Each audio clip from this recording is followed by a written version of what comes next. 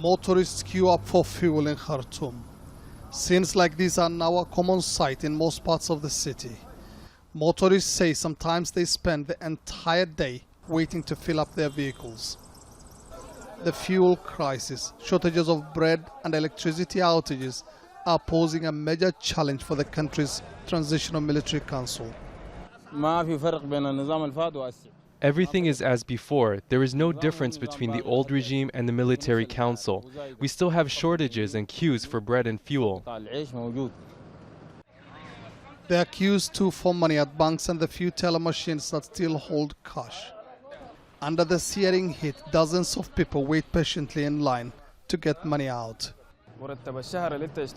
It may take us up to a month sometimes to withdraw our full salaries due to government-imposed limits. It's Ramadan and people are fasting. It's unfair to wait for this long to collect our own money, our own right. According to bank officials, it's been taking an average of 6 hours for the few ATMs that are randomly restocked to be emptied. The financial ecosystem, they say, has quite simply seized up. Yet, since the removal of Omar al-Bashir from office, the Sudanese pound has steadily strengthened against the dollar on the black market. So far, it's regained almost a third of its value. But that is yet to fully convert into lower prices for basic commodities.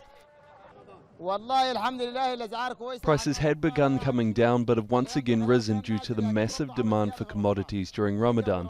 We can only pray that things get better for us.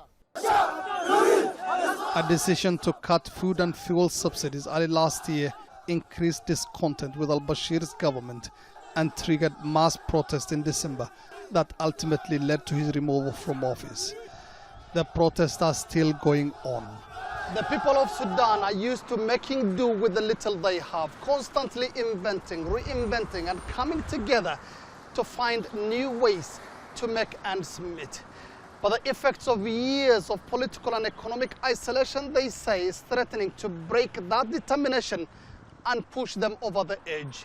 Mohammed, Adow, Al Jazeera, Khartoum, Sudan.